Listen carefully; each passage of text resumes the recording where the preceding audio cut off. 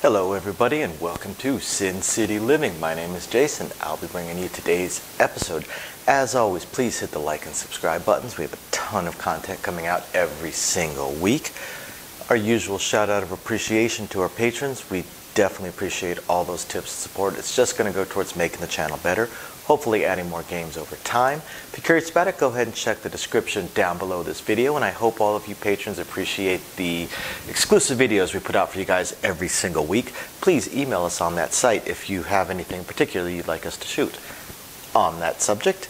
Please email us at sincityliving.lv@gmail.com. If you have anything that you would like us to do a video on, be it a strategy, any kind of questions you may have, could be craps, could be blackjack, baccarat, pai gow, anything casino or Vegas related, we're more than happy to shoot those videos. We love shooting videos based on requests from our viewers.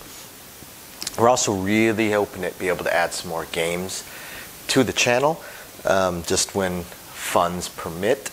If you're curious about any ways you could help us on that, go further down in the description down below in the video where we discuss a little bit of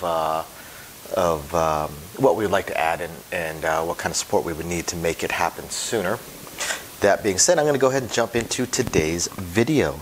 So today's video it's a strategy and it's not a strategy. It's more of an addition to a strategy. The thing about most strategies is they are not based on making a ton of money. They're really not. I would say 99% of the strategies that I deal to day in and day out are fundamentally based on either superstition, a lack of understanding of the game, or just not a desire to win money, but more of a desire not to lose.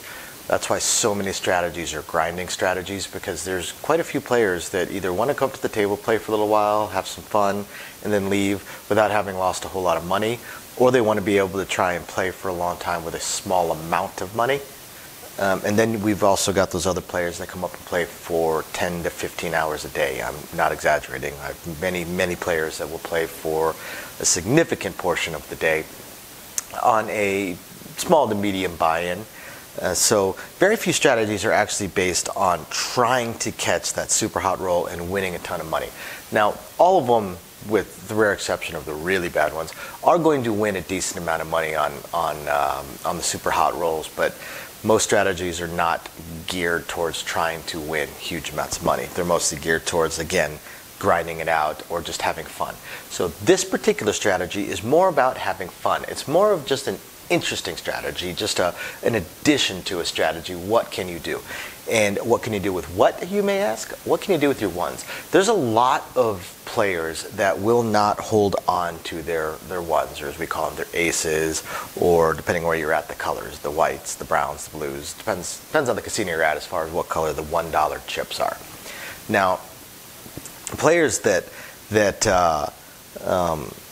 don't hold on to their ones can be frustrating to dealers depending on what they do. I've seen lots of players that will just keep stacking their ones onto their odds, which makes their odds improper. It's not that big a deal. We can pay improper odds, but it's annoying to us because we end up with this big tower of ones when, if the player were to hold on to those ones, we would have been slowly taking them away as we were paying their place bets. We can't pay you 15 for one if you never hold on to your ones. You're just going to keep getting 4 more ones and keep stacking it up into a spot that's just going to slow the dealers down and be a pain in the butt. Or slap it down on the field or something like that. So if you are stacking up a bunch of ones, we're of course going to try and get those off of you to make it easier for you to play. Most people want to play with their reds, not with aces. But there's other things you can do with your ones where you're actually playing them instead of just stacking them up in a spot that you could just as easily stack up your reds. Now, hot bets are one of them. Now, people that hop something every single roll, like we've said before, you're better off playing roulette. So if your strategy is based on having hot bets every single roll of the dice, you should probably hold on to those ones and take them on over to roulette. Your odds are going to be better. The odds are almost the same, but the payouts are going to be better, I should say. But there's a few other spots that you can use your ones. Now, one of those spots is going to be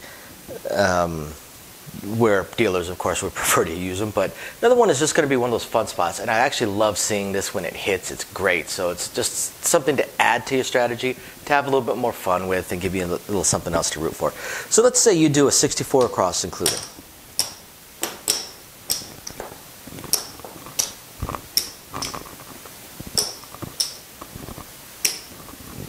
Now, we're going to look at what if you were, now we'll actually, no, I'm not going to do the dealers across yet. We're going to look at what if you were doing a press one unit every single time. You could also do like a mid press, even a power press. Although a power press, oftentimes you're throwing in money. We're going to go with strategies where you're collecting a little bit, but you're still increasing your bet. You don't have to do the press. You could certainly do what I'm about to show you without pressing your bets. But we'll go with, say, a 1 unit press. So let's pretend it's 6 hits. So 12 is going to pay you 14. Now, if you're going to press 1 unit, you end up with $9. Okay. Now, if you're one of those players that wants to play your aces all the time, a couple different things you could do. If it were me, I would start off by giving the players or the dealers, I'm sorry, a 6 and 8. I would tell them player control so it stays up. And then I would take this dollar and I would pick a hard way. Let's say a hard 10. I would pick a hard 10. And I would do a dollar hard 10. Now I would collect that 5. Now, let's say the 5 hits. So the 5 would also pay 14. Now we're going to press it 1 unit. We're going to collect any reds that we have. So now we've got 4 aces again. So let's say we give the dealers a 5 and 9 player control. We have 2 left. Let's funnel it into the 10. We're going to pick one hard way. We're just going to keep funneling it in. If it happens to come down, then it comes down. And we just keep adding more money to it as it goes. Let's say the 6 rolls again. So this pays 21. If we pressed it 1 unit, we would only have red, so we wouldn't bother doing anything. But now, let's say that 6 hits again. Now it's going to pay 28. And if we press it 1 unit, we're going to go up to 30.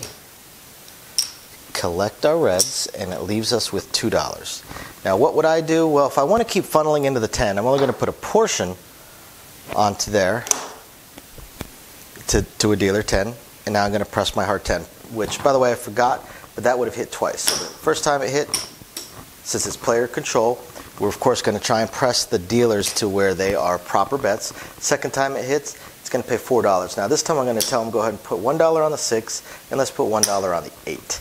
Okay. The reason for that is because this is going to pay $3. The very next hit, it's going to get it up to a proper bet. If it was $4, it's still only going to pay $4. Still going to pay even money. So I might as well just try and spread this out so I can try and get them off the proper bets quicker. Now this is now 30. Let's say the 9 hits. So the 9 hits, we press it 1 unit, we collect our dollar, we go ahead and give the dealers a 4, and then we add the rest to the 10. Now the 9 would hit, and we would have the dealer's press. And let's pick one. Let's go with the 9 again. So if the 9 were to hit again, we would press it 1 unit, keep that, funnel that into the 10. What you'll notice is that whichever hard way you're picking, it's going to go up pretty darn quick. You're just adding 1 or 2, maybe 3 max dollars to this hard way that you are funneling into. And again, it doesn't have to be the 10, it could be the 6 or 8. If I'm the player, I'm probably doing a 6 or 8 just because 6 and 8s are extraordinarily easy to pay, even with oddball bets on them, because you always just add a 0 and then subtract the bet. If you've got $23 on there, 230 minus 23. Pretty easy to pay those, whereas with the 10 of 4, you got to do the whole times 7 thing. So not difficult, but it's not as fast as 6 and 8. But again, pick whichever one you want. You're just adding to this. Your strategy is up here, is making money up here. Your press 1 unit is still going to make a decent bit of money over time, especially if you catch a hot roll. The hard way is just going to be a bonus. You get that up to 15, 20 bucks and you get a hit on it, all of a sudden you're making over 100 bucks. It's pretty nice. It's pretty solid. It's a nice little bonus. To me, that's a bonus. The hard ways are my side bet.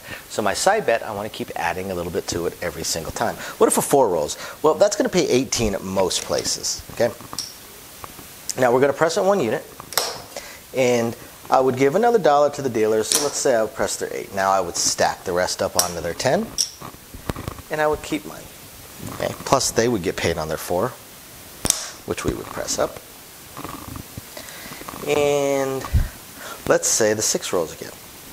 I'm just staying away from the point that we have marked. Of course, this could roll a few times, and I have that set up wrong. Of course, this could roll a few times, but 35, 30 pays 35. We press it up 1 unit. We keep our green. Now let's give the dealers, let's go ahead and put that on the 9. I want to get up to $3 on the 5 and 9 because that's the point where it pays an extra $1. The $3 will pay 4, so it gets them up a little bit quicker. The rest, I funnel into that hard way.